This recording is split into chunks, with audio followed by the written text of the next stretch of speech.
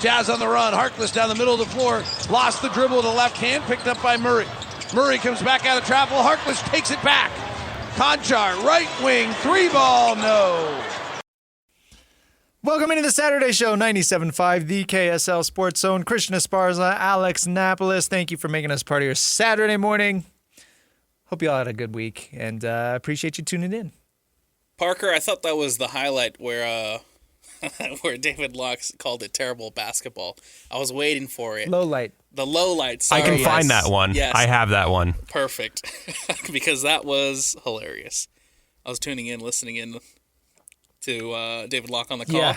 And there was that moment where he's like, "This is terrible basketball." Well, yeah, that was hilarious. That was a call from the Jazz game against the Pelicans on Thursday night. The Jazz lose 129-118, and all you can really take away from this, we'll just jump right in. I mean, the Jazz are just playing goofy basketball right now. Yeah. Everybody knows what's going on, right? There's the situation with Lowry and his injury.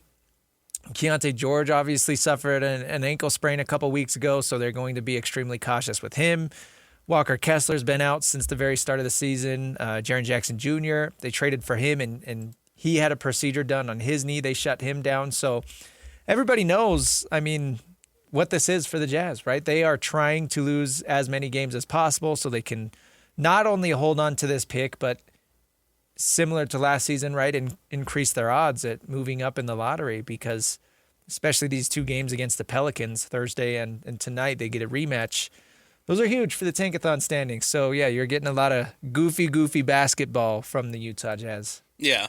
And, I mean, it's what you expect, and it's kind of, for Jazz fans, I feel like it's kind of what you want, because everybody knows that there's still games left to be played this season, right? I think everybody is already excited and looking forward to next season when we can talk about a Jazz team that's trying to win games and trying to make it to the playoffs and trying to be a good basketball team. But this season, right, there's still plenty of games left where you have to do everything you can to hold on to your first-round pick. Everything you can. Everything you have to do to hold on to that pick to make sure that you don't convey it to the Oklahoma City Thunder. So I think everybody still understands the assignment. Everybody still understands what the Jazz need to do here, and you're going to get performances like that.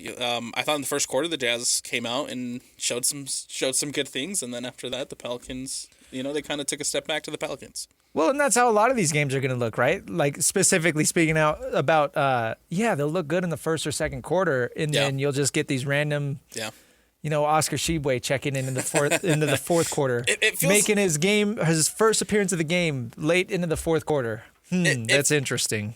It feels like there's a lot of games, right, where we see the Jazz come out and show some really great things in the first half, and then in the second half. The Memphis game, for example, I thought in the Memphis game, the first half, they played some really good basketball.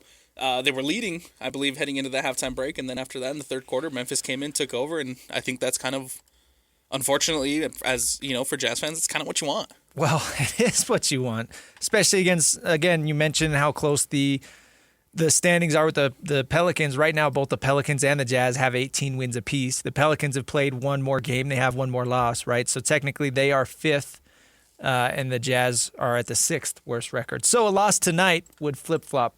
The Jazz would move up to fifth in the Tankathon standings. And then, going back to Memphis, obviously they are blowing things up. They kind of are shutting down Ja. They traded away Jaren Jackson Jr. They're going with all their young guys in the lineup, so they are tanking as well.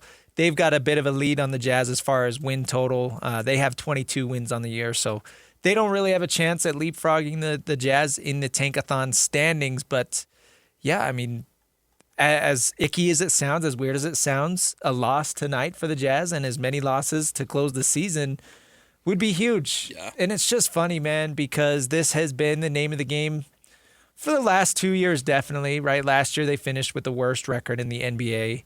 The rebuild, the tanking was kind of half in, half out the first 2 years. But as far as losing as much as you can to close out the season, this is nothing new. But the good news, Alex, is there's a light at the end of the tunnel. There is. There is a light at the end of the tunnel. That Jaren Jackson Jr. trade, I feel like, lit a new fire under Jazz fans, and everybody, I think, is ready for I think everybody's ready for next season when Will Hardy can coach to win games. Yeah. Right? When Coach Hardy doesn't have to pull the stops to make sure that you're down after the third quarter or trying not to win in the second half. And so I think everybody's excited to see Will Hardy once he's coaching a winning basketball team, and how the matchups of Lauri Markkanen, Walker Kessler, and Jaren Jackson Jr. look next season for the Utah Jazz. That is something that I'm curious about. Thinking about, okay, let's go back in time to not last fall. I think the fall before. It was one of our first Saturday shows when we took over. And we had a conversation about what can you gain from losing basketball games? Aside from the draft pick, what does that do for the young players, right? When you're out there throwing games, how does that develop Keontae George and Cody Williams and all these other young guys, right? And they have since traded away Taylor Hendricks and Walt Clayton. And to Keontae's credit, we have seen him take a huge jump this year. But what I'm curious to see next season, when ideally they go all in and they are ready to make the playoffs and make a push in the playoffs, I don't know how quick you can flip that switch. Is bringing in Jaren Jackson Jr. enough? And maybe it is, maybe it isn't. But you're talking about a basketball team, Alex, that has not made the playoffs in 4 seasons. Yeah. They have not even thought about making the playoffs. In fact, they have done quite the opposite and lost games by doing all these funny things. And I just wonder what that's going to look like, even if you say, okay, go. If you give them the green light, do they have these winning habits? And if not, which I'm assuming they don't, because how can you develop that right now? How quickly can that happen? Is it going to need a season or two to transition into a winning basketball team? And I guess you could ask, like, okay, what kind of bar are you wanting? Like, yeah, I don't want them to get swept in the playoffs. Yeah. But I don't know. Maybe they only need a half a season to sort of adjust and get used to that. But I'm just thinking of, like, look, Lauri Markkanen has made an all-star game. What winning basketball has he played in his career? I think he's only made the playoffs once. If that, right? Jaren Jackson Jr. has been on a couple playoff teams, including one that went against the Jazz and gave a really fun series. That's it. Like, that is the only player on this Jazz roster that's going to play meaningful minutes next season that has done anything in the playoffs. So That's just my thoughts. No, and that's a really good point. That's a really good point, because I do think that even though you bring in Jaren Jackson Jr. and theoretically on paper, a lineup of Keontae George, whether it's Ace Bailey or not at the 2, and then Lauri, Jaren Jackson, and Walker Kessler, like that looks really, really nice on paper, but it's about the winning mentality. And you're absolutely right. Like we haven't seen the Jazz try to go out there with a winning mentality in a little bit, and I wonder how they're going to adjust to that next season. I'm not saying, right, I think there's a certain bar to the excitement that fans can have, right? I don't think fans are necessarily heading into next season saying that the Jazz are going to make it all the way to the Western Conference, finals or anything like that. But definitely looking at it and trying to flip the switch to say that this is a playoff team, and it's going to come from the mentality of the players. And I think you do have to do more work on the defensive side to improve yourself there. Oh, by far. Yeah. And that's still their weakness. Even trading for Tripp, you're going to need to learn how to play defense. And the flip side of this too is, like, you don't tear everything down to the bare bones and go through this long, excruciating 4-year rebuild that fans absolutely hated, right? But the front office has been telling us that it was necessary to make a contender. You don't do that to get back to being a first or second round exit. Yeah. So, like you're saying, on paper, everything looks nice. Everything sounds like it's going to work. They're going to tell us, hey, this is our plan. Get excited. We can't wait to start winning. But if they fail to meet expectations quickly, because that's the bar that they have set, meaning the Jazz in the front office, I think Jazz fans are going to have a short fuse. Yeah. Because if they, I'll give them maybe a season or two of leeway once they start actually pushing for the playoffs, right? But then already by then if you're talking about 2 seasons after this one, Lowry's going to be 30. Who knows what, he's not going to have really much trade value after that. So you probably are locked into Lowry for a long time. And then your roster is going to start getting expensive too, because you're going to have to pay Walker. You're going to have to pay Keontae. You're going to have to eventually pay Ace, eventually whoever you bring in this draft. So if they go a season or 2 of quote unquote trying for the playoffs without getting past even the second round, because that was their ceiling with Rudy and Donovan, then what was the point? Yeah. What was the point of losing all these games, of tanking Will Hardy's coaching record, right?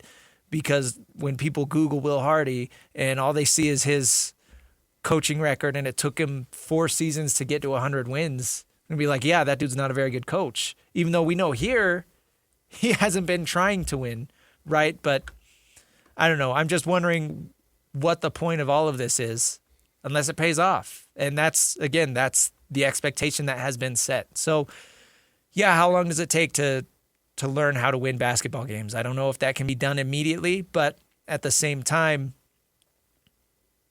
like when you say you're exiting the rebuild, that's what you're expecting. Yeah.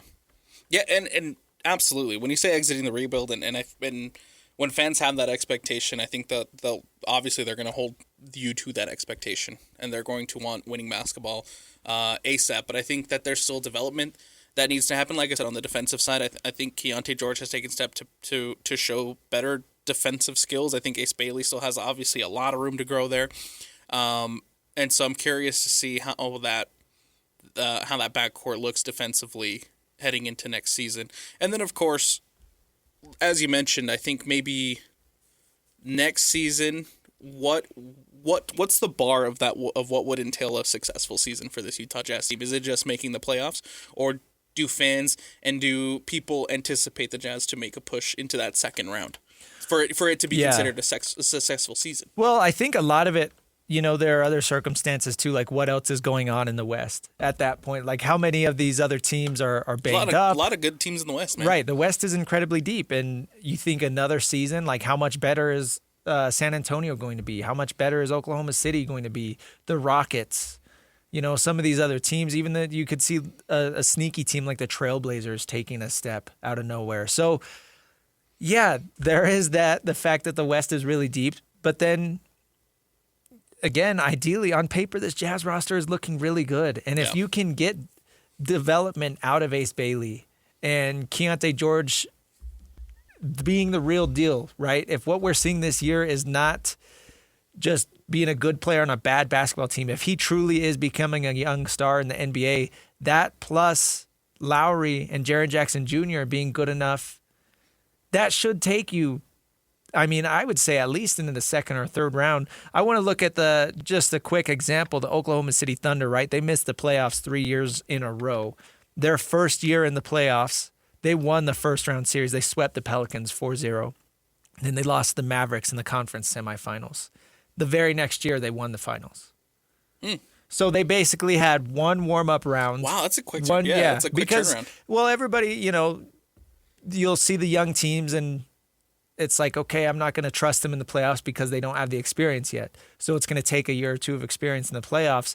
I don't think that's really a thing anymore because people are impatient. We live in an age of not having patience with anything, right? So I don't know if there's patience for, okay, this year we expect you to win a playoff series or at least be close in the first round. Next year, maybe make it to the conference finals. And then third year, win the conference. No, they want to see you make the finals as soon as possible. So I don't know if the Jazz could do that. I guess this would be the 27-28 season making the finals if you're following this OKC blueprint and what they did. That would be crazy thinking about, 2 years from now being in the finals. I maybe wouldn't expect that. I'd say maybe minimum 3 years. At that point, you're talking about, Lowry at the tail end of his prime, Jaren Jackson Jr. still in his prime, Keontae entering his prime, Ace Bailey having a few years of experience, whoever they draft this year having a couple years as well. So I think it's going to take a little bit, but I think it can be done. Yeah. I think it can be done too, and I think a lot of it too. Right, we're sitting here on the last day of February in 2026, right, and there's still a whole summer of moves that can happen. There's still a whole next year's trade deadline of moves that can happen, right? And so I'm curious to see what type of talent they surround with, because I think next season, no matter what, Larry Markkanen's going to be here, no matter what, Jaren Jackson's going to be here. Everybody's very, very certain that Walker Kessler will be back again next season. Obviously, Keontae George, Ace Bailey, whoever they draft next season. But other than that, I'm curious to see who they decide to surround all this talent with, as far as the role players go and the players you have coming off the bench, and which one of these young guys that are on the roster now that the Jazz have drafted through the course of the last couple of years step up and stay on this roster heading into, again, what we anticipate to be a winning Jazz team next season. And that's interesting too, because you think of, from that first draft of the rebuild, you walked away with Taylor Hendricks, Keontae George, and Bryce Sensabaugh. Obviously, you trade away Taylor. Keontae and Bryce are going to have contract decisions. They're eligible for extensions this summer. Yeah. And obviously, they wouldn't kick in for another 2 years. But, yeah, you got to decide if you want those guys around. Keontae obviously has pushed himself into a big role with the Utah Jazz. Bryce, I think if he wants to make it with the Jazz, his best option is going to be a reliable scorer off the bench. And how good can you be on defense? And we'll see. And then you look at other guys like Collier and Flip and Cody Williams. I think those guys are all very niche roles. I think that each of them does certain things very well, right? I think Collier can be a really good backup point guard. I think Flip can be a pretty good backup stretch five. Cody, if he continues to develop his three-point shot, he can be an excellent 3-and-D player, right? But those three guys, you're talking about all of them, again, coming off the bench. And I don't know, do you want to give second contracts to guys that are not going to be starters, that aren't going to contribute as much night in and night out, versus, if you're going to have to extend those guys, wouldn't it be maybe more worth it to just go get a vet who isn't still young? I don't know. And those are decisions that the Jazz are going to have to make, right? Yeah. You're going to have to pick and choose who you want to keep, who you want to extend and keep around and give a second contract to, versus, you look at a young guy, they're not going to want to be told, like, hey, your role with this team is off the bench. They would much rather, you look at Taylor Hendricks. He is playing meaningful minutes for the Memphis Grizzlies right now. Whether or not those minutes mean anything because they're not trying to win games, he is seeing a lot of game time with the Grizzlies. Would he rather prefer that, or rather prefer seeing, 10, 12 minutes a night here in Utah? Right. And that's a really fair point, because I think most of the time you're gonna have guys who are obviously going to get the more meaningful minutes. Versus, you get a role player like John Conchar. He had some comments the other day after the game. He's a vet. He's been in the league several years, and at this point, he's accepted that he's just a role player, and he's not expensive. Yeah. Or a guy like Svi Mykhailiuk, right? These vets that have been around the NBA, they realize their role. They know that they're not going to be a star. They don't have these dreams in their head of, I'm going to be the face of the franchise. They know what it takes to stick around the NBA, and at this point in their careers, this means they have to take a backup role. But they are trusted by the coaching staff. So can you teach these young guys to accept that or not? Because, you have your core five, plus whoever they're going to draft this year, that's going to be 6 players already, right?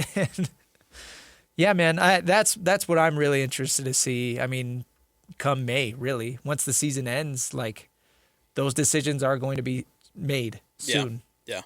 You're going to have those uncomfortable conversations, right? Yeah. With some of these guys about their future with this team, because, I feel like there's enough fans who like Kyle Filipowski. I feel like there's enough fans who like Cody Williams, but at some point the organization has to look at has to ask themselves, who do we need to surround these guys with to make sure that we have a competitive enough roster? Yeah. And then the question is, of course, does Cody Williams fit into that? Does Kyle Filipowski fit into that? Does Svi Mykhailiuk fit into that? Where does he land, right?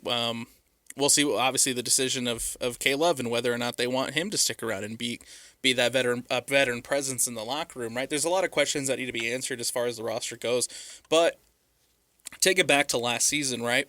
We were sitting here and questioning whether or not Keontae George was ever going to be in that position. Yeah. When we were talking about him coming off the bench, and maybe his best position was coming off the bench and being a six-man for a winning Utah Jazz team. Mm-hmm. But he took a massive step over the summer. He took a massive step into the season, and now he is, we were talking about Keontae George potentially deserving a spot at the All-Star game. So you never know what can happen. Right. It's a gamble, and sometimes that gamble pays off, like Keontae George, and sometimes it doesn't. And the question now is going to be, is a gamble like that going to fit for a guy like Cody Williams? Is a gamble like that going to fit for a guy like Kyle Filipowski? I think, is it going to fit for a guy like Isaiah Collier? And what does his role look like in the future for this Utah Jazz team? So there's a lot of young guys on this roster that I think that you have to really evaluate this summer and figure out if they're going to be good additions to a winning Jazz basketball team, and can they potentially take a step like we've seen Keontae George take into this season, like we saw Walker Kessler take heading into his third year with the Utah Jazz last season, right? Where does guys like the veterans like Svi Mykhailiuk and Kevin Love and John Conchar, quite frankly, and Vince Williams, where do they all land in this? I feel bad for Vince Williams, right? His ACL.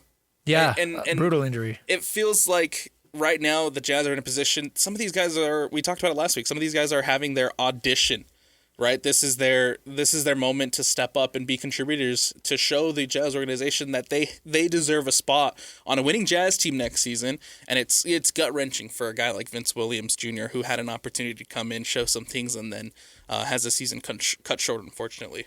Yeah, because again, that's another veteran that knows what it's going to take. I mean, he's not super old. He's not a Kevin Love, but he's been in the NBA a couple of years, right? So yeah, you talk a guy that at the very least is going to push the Jazz's young guys to get better. And if that competition is not there, if that iron sharpens iron is not there, you got to look for other ways to get those guys to improve. But I do wonder if that third year is the magic number. Because, you mentioned Walker Kessler taking that huge leap in his third year, and everybody's like, oh, this is, that Walker has the potential to be a top 10, top 5 center in the NBA. I remember we were having a conversation after his sophomore slump, right? Yes. And we were talking about, is he worth it? Right. Is Walker Kessler worth it? I think we were in the studio having this conversation, man. And we were talking about Walker Kessler in that light. And then all of a sudden he comes in third year, boom. Yep. Shows that he has potential to be really, really great in this league. And so maybe it is the third year that is the magic number. Once those guys really kind of have experience under their feet, can mature and grow a little bit and kind of figure the NBA out. Like I think we've seen, again, Keontae George take this season. Right, in his third year. In year three. And so next year, your Jazz players that are going to be in their third year, Cody Williams, Isaiah Collier, Kyle Filipowski. Yep. So yeah, maybe we'll see if this offseason, if that year 3 is the magic number. Because your rookie year, you're getting adjusted to the NBA. It's a completely different lifestyle than anything you've ever known. 82 games is an incredible season, an incredibly long season, right? You're learning how to be a pro. You're learning this new lifestyle. Then you're like, okay, I made it through my first season. I've got it figured out. And your rookie year to your second year, you don't really see a ton of improvement there from, first to second year. Just because you've got guys that still learning, if they're really young, still adjusting their bodies. Yeah. Maybe not listening to the coaching staff as much as they need to. And then by the end of their second year, ideally, in their mind, it kind of clicks like, okay, I've got to buy into what the coaching staff is telling me. I got to take the offseason seriously. Or you'll get guys that are just going to coast. And I want to point again to Keontae George because Will Hardy has talked about so many times that's what happened with Keontae is he kind of took the offseason seriously. And I guess when you look at your development, right, you're not developing from your, the college, the few months you have from when you're drafted in college to the start of your rookie season. You're not doing much development there because, again, you're just getting acclimated to everything. In between your first and second seasons, then you're like, okay, that was a really long 82-game season. I just want to break, right? And then ideally in between your second and third seasons, that's when you're like, okay, I got to put the work in this offseason. So I think that's what we've seen from Keontae George, and that's why he's looking a lot better in year 3. Are we going to see that from Collier and Cody Williams and Flip? I'm interested to see. I mean, and I think a lot of people will need to realize too that these guys are still young and there's still growth there and they're still maturing that needs to happen there. But I am curious to see if Cody Williams, if Flip is able to take some sort of and Collier are able to take some sort of step like that. Another guy too that I think is really interesting that we haven't talked about yet in this segment, and we'll hit, and I want to bring him up real quick before we have to go to break, but Yusuf Nurkic. Yeah. And what does his future look like? And I think with everything that we've seen from Yusuf this season, I think he's a guy that you might want to stick around. There's a lot of speculation, right? Because I'm not going to lie to you. I think he has outplayed expectations that everybody had for him in Utah. Yeah. When he was kind of the throw-in in that Colin Sexton trade, everybody was like, "Oh, great! Are they going to buy him out or what?" I think even we were sitting here and we were just like, nobody had any expectations at all for Yusuf Nurkic. And then he came in, he had some triple doubles in a row, right? But not only that, like that's kind of who cares about that? Like really, night in and night out, at the very least, he's shown he can be a competent backup center. Yes, and that's pretty valuable, especially when you've got your starting 5 and you believe in them so much. Again, you talk about veterans that you trust off the bench. That's Yusuf Nurkic. I will tell you this, Alex. You look at the situation that happened with Nurk, and they shut him down for the rest of the season because he got nose surgery, right? Yeah. I would not be surprised, and I'm not reporting anything, I would not be surprised if there was some sort of, wink, wink there. Like, hey, let's get this taken care of. We'll give you a free agent deal, Yeah. I don't know. Maybe there's not. Maybe there's not. But I think he showed enough. You're absolutely right, man. I think he showed enough. He's exceeded expectations. I think definitely I was in the camp of when he was involved in the Colin Sexton trade. I just kind of shrugged my shoulders and looked the other way. But he's come in. He came in and exceeded expectations, especially after obviously Walker Kessler's out for the season. He's been fantastic. He's been phenomenal, and I think that potentially, right, you can look at him and Walker Kessler as a center tandem next season, and I think that there's some potential there for that to be a pretty good pairing. Yeah, unrestricted free agent this summer. He is making $19.3 million this season. That number's definitely going to drop. Yeah. Especially if they're going to want to pay Walker the numbers that we're hearing, 25 to 30. So yeah, that number is going to drop significantly. Does it drop all the way to a vet minimum? I honestly don't know because he has shown a little bit of ability. Yeah. Right?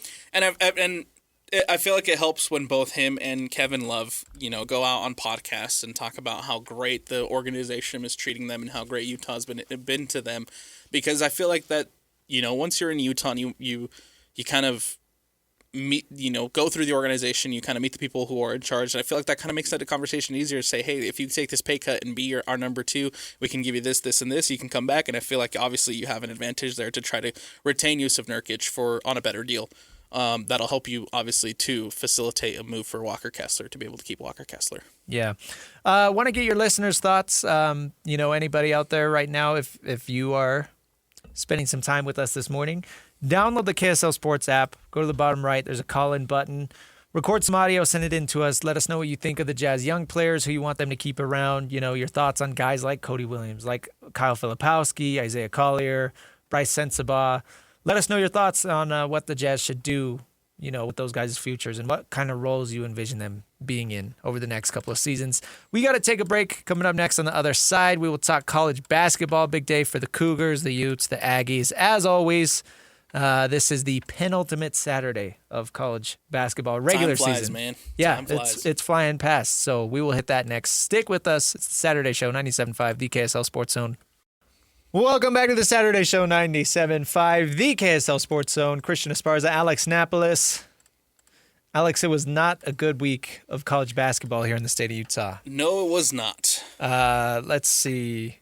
During the week, their midweek game, BYU, Utah, and Utah State all lost. Yes. Not a good week. Utah lost to Iowa State, BYU with a huge upset against UCF, and then the Aggies losing on the road at San Diego State. 3 games left.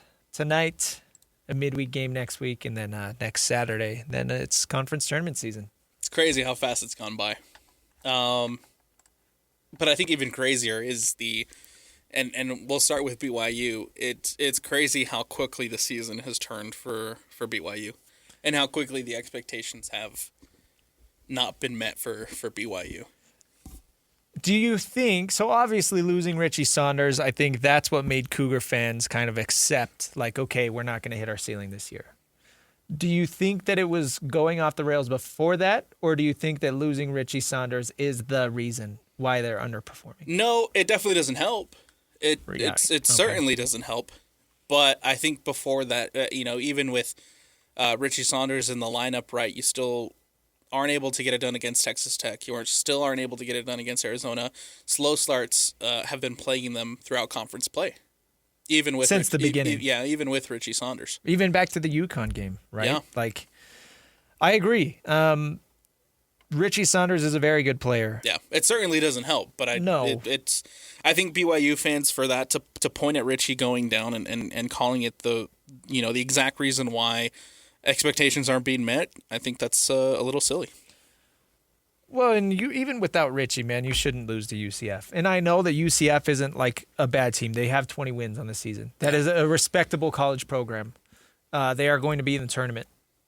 You still should not lose to them. If you're this BYU home, team, man. no, not in Provo. Yeah. If you are this BYU team, you should not lose to UCF. And now I believe, UCF has jumped BYU in the standings. That's right. BYU is all the way to 7 in the Big 12. And this is a team that, people were talking about Elite 8 and Final 4 coming into the season. And for as good as AJ DeBonsa has been, that's been it for the Cougs. Other than that, it's constantly been they're not hanging with the top dogs in the Big 12. So maybe, and that's the beauty of March, right? That's what people get so excited about, is you never know what can happen as soon as those games tip off, and you're always going to get crazy, crazy runs. So there still is the hope. And AJ DeBonsa is a very, very, very good basketball player. I mean, this is a dude, last week we were talking about, has he played himself into the conversation, jumping Darren Peterson for the number 1 overall pick in June? And that is a very, very real possibility.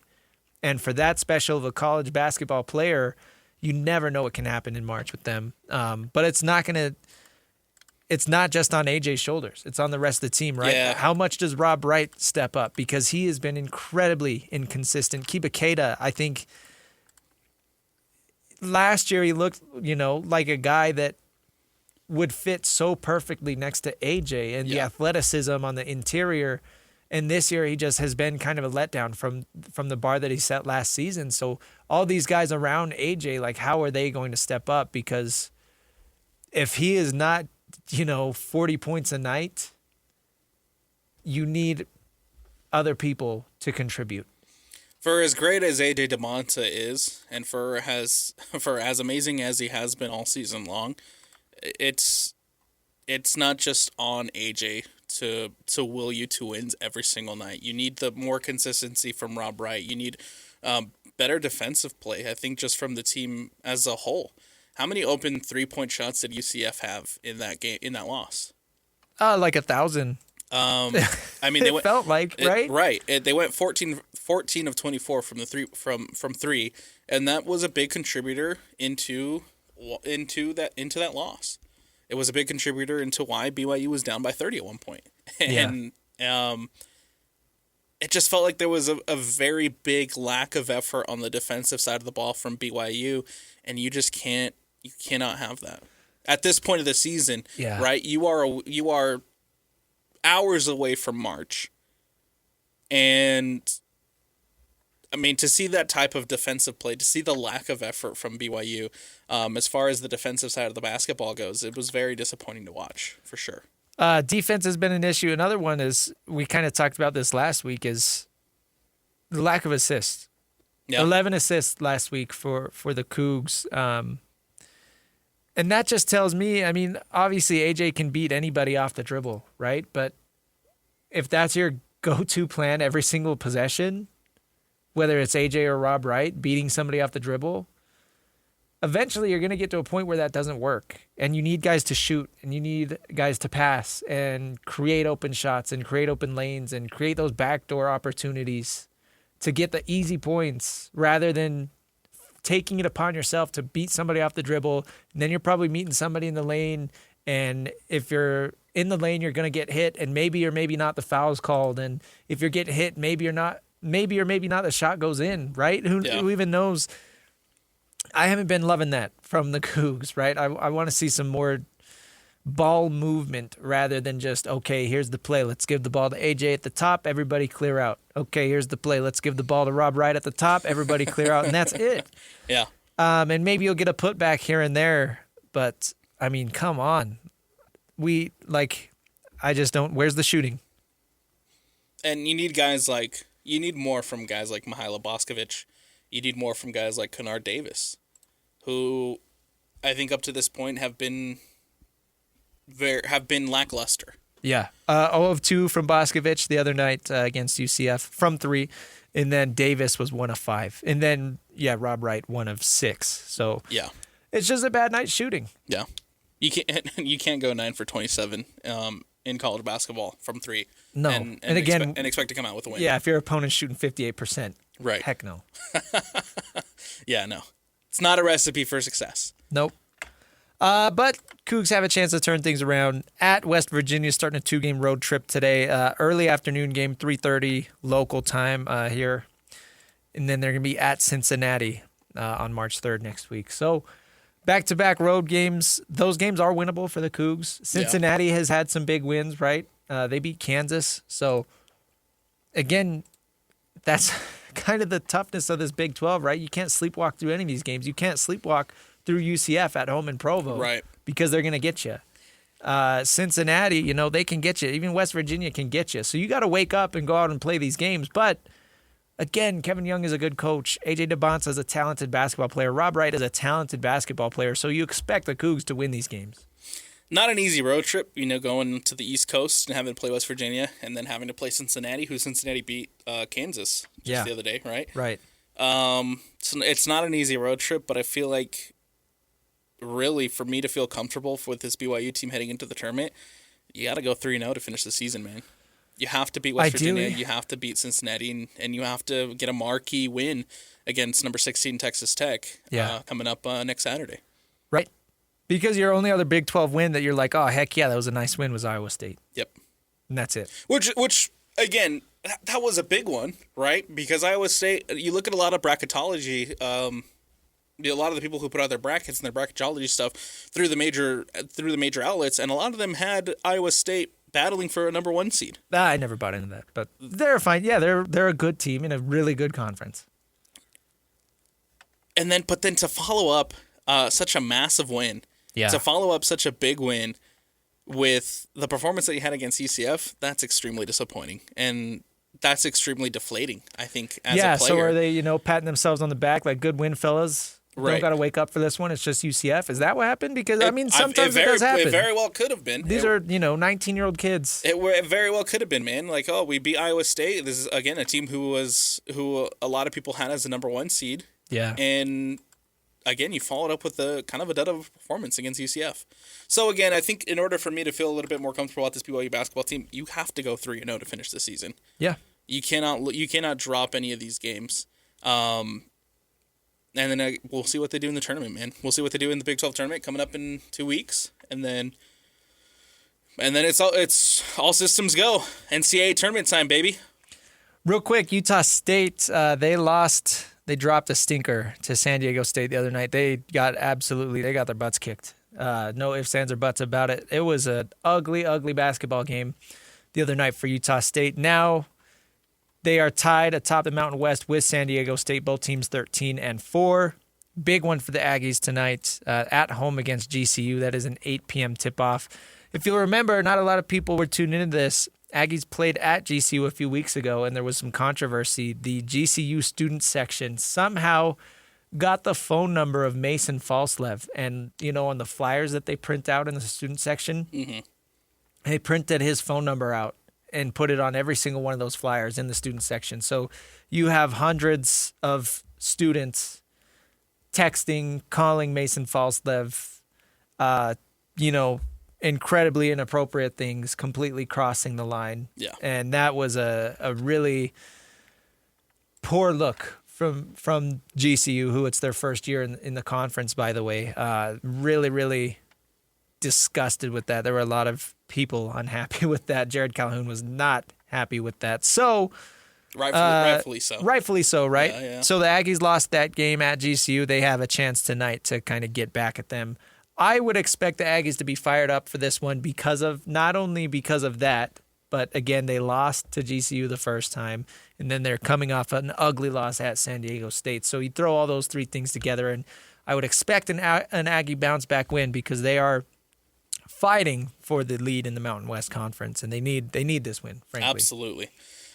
Viejas Arena down there in San Diego, not the easiest of places to go in and get a win. Yeah. But I was, you do want more fight. You do want the team to show a little bit more fight on the road, regardless of the arena. I think having the back-to-back losses, right? You lost in Reno, at Nevada last Saturday, and then you have the midweek against San Diego State. Again, you fall in that one. You have the back-to-back losses, and that stings, man. Utah State have only lost back-to-back games one other time this season. One of them being to Grand Canyon, who they're about to play, right? Yeah. And you have to show. I think the fans tonight are going to show up to the Spectrum loud. They're going to be fired up because of what happened when Utah State went down to play Grand Canyon. And this is a massive opportunity, right? You have three massive games. Just like I said about BYU, I think Utah State, in order for you to feel comfortably heading into the tournament, heading into the Mountain West tournament, in order to feel comfortably about where you stand as far as the bracketology goes, you got to go 3-0, man. Get back on track. Got to go 3-0 to finish the season. It's going to be a lot easier said than done because you play two really good teams and a team that you lost to at home. Yeah. Right? You owe UNLV one. You got to go into the Thomas Mack Center down there in Vegas, and you got to give it back to UNLV. But you also play New Mexico at home, and you play Grand Canyon at home. Yeah, and those are two really good basketball teams. Yeah, they never should have lost to UNLV, so they're going to want to get a get back there. Yeah. And then New Mexico's not as good this year as they have been traditionally. I mean, they're 12-5 in conference, so really they only have one less conference win than the Aggies do. But they just don't feel as threatening. But again, you got to wake up for it. And now that I say that, I'm probably going to get punked. So we'll see. But that's a home game to wrap up the season. But yeah again, it all starts against GCU tonight, 8 p.m. Scotty G is going to be on the call. Pregame starting at 7:30. Let's take a break. Coming up next, we will get into technical fouls. There are a couple of minor things to get into. Nothing super crazy this week, but we got some funny things as always. So stick with us. It's the Saturday Show, 97.5, the KSL Sports Zone. Welcome into the Saturday Show, 97.5, the KSL Sports Zone. Christian Esparza, Alex Napoles. It is time for technical fouls. Nothing major this week, but we got a lot of funny ones. So we're going to speed run through this, Alex. All right. We're just going to quickly hit some, I guess you can call these lowlights of the week in the world of college sports. I'll start off with this one here. High school players have been using AI to edit their highlight tapes. This is terrible. When you're a high school football or any sports, right, and when you get noticed by colleges, you make your highlight tape on Huddle or whatever. Huddle is what was big when I was in high school. I don't know what kids use today, but back in my day. People have been using AI to edit their highlight tapes and make it look like they're outrunning an entire defense or breaking all these tackles or throwing perfect passes. So that is a very slippery slope. I think it's one thing to use AI to edit, have some cool transitions or use it to kind of spice up the video, but to use AI to manipulate your game footage. Manipulate game film to make fake plays of you being excellent. That is terrible. That is horrible. That's funny. That is messing with the integrity of the game, man. Well, so do you remember during COVID, there were because all the schools got put online, right? Yeah. And so there were all these memes going around about when it's 2035 and your doctor got his doctor's degree during COVID. And he's doesn't know what he's doing because he was cheating because all the school was online. Yep. That's what's going to happen. I mean, Alabama's going to have this 5-star prospect whose game film was like crazy good, and he's going to get in there and be like, It's like, I actually made it with AI. the most average football player ever. Like, why does this 5-star kid suck? That's terrible, man. Yeah, I thought that was really funny. We'll see if that actually, gets some of these kids crazy opportunity. I'm sure it will, because schools are dumb and not everybody does their due diligence as far as going to watch these people in person. But those highlights will get you, man. They will get you. AI will get you. Yeah. Absolutely. Watch Terminator. Hey, how about Aaron Glenn getting caught sleeping at the combine, man? This was so crazy to me, because if you had to look at any of the 32 NFL teams and say one of these head coaches is going to be sleeping during the NFL combine, which one would it be? I think 9 out of 10 people would pick the Jets. Yes. And not anybody can name the Jets head coach, but they know, like, oh yeah, that's a clown organization. Yeah. Of course. There was a video, right? So essentially, the Jets have the number 2 overall pick. There's some DN drills going on, and it cuts to Aaron Glenn. He's like in a booth, and he's sleeping. His eyes are closed. He's resting his head in his hands. Somebody's clearly in his ear, like, "Hey, Aaron, you're on TV." Yep. Because he like jolts awake and then like Yep. looks around. He's like, "Yeah, I'm working." Yep. So funny. Don't get caught on the broadcast. When you're a head coach of an NFL organization, right? When you're the head coach of a team, don't get caught on the broadcast sleeping, man. It's a very bad look for a team who's, already down, struggling. Yeah. Oh, it's terrible. Are there any head coaches who could sleep at the combine? Like, their job security is comfortable enough that it's like, oh, it's okay, Sean McVay. You had your job is safe, Yeah, there's Mike McDonald. Sure. Yeah. Just won the Super Bowl. Yeah. But not the Jets head coach. Not the Jets head coach. No. That's the last person you want. That's the last person you want to see sleeping at the combine. Over to the NBA real quick. The Atlanta Hawks are hosting a Magic City night. This is hilarious. In case you don't know, Magic City is like the most famous, I guess, strip club in the country. Yeah. They are so famous that, who was it? Lou Williams. Lou Williams left the bubble during COVID. He was a Hawks player at the time. Right. And he left the bubble, and he left Disney World because that's where the bubble was for the NBA playoffs that year. He left Disney World to go to Atlanta and get these famous chicken wings. Yep. That was his excuse. Yep. Their chicken wings were so good that he had to leave the bubble. He had to leave the bubble to go to the strip club and get their chicken wings. Yeah. That's how good the wings are. Yes. Allegedly, according to Lou Will. And now they're hosting a Magic City night in honor of the Pristine Gentlemen's Club. Yeah. Well, what's funny too is in honor of Lou Will, they have a Lou Williams flavor chicken wing. Oh, they do? Yeah, that's called like the Lou Will special or something to honor him. Oh, that's awesome. I scratch my back. Or I scratch your back, you scratch mine, Yeah, absolutely. So, yeah, they gained a lot of attention from Lou Will doing that. And then they're like, yeah, we'll name a flavor after you. I don't know. I think it's like lemon pepper or something, Lou Will lemon pepper. But, yeah, so that's funny. I imagine if the Jazz did something like that, that would be crazy. Hosting a gentleman's club themed night. They're celebrating like... who was it? I think T.I. is going to perform, and they're going to serve like some chicken wings. Oh, really? Yeah. Who are they playing against? I honestly... Oh, the Magic. Orlando Magic, of That's course. funny. Yeah, okay. Yeah. It'd be better if it was the Cavs. Yeah. James Harden would be be happy. Yeah. James Harden would love it. Last one in the NBA. This was really funny. I debated playing the audio for this, but it was so bad that I didn't want to do that to the listeners. Last night in the Detroit Pistons game, I don't even remember who they were playing, but Pistons Cavs. Thank you. There's the buzzer that plays, right. Like when obviously in a quarter or whatever, or when the players come in and make a substitution, the scoreboard people ring the buzzer. Right. That buzzer at the Pistons arena got stuck and was just going nonstop. Not for 1 minute or 2 or 3. Alex, it was on for 12 minutes. That's insane. 12 minutes. That's horrible. The game was delayed. Yeah. So I don't know, of those 12 minutes, I don't know exactly how long the buzzer was going, right? But the game was delayed for 12 minutes because the buzzer was stuck on. And eventually they resorted to just having a guy run around with an actual air horn. And that's how they solved that problem.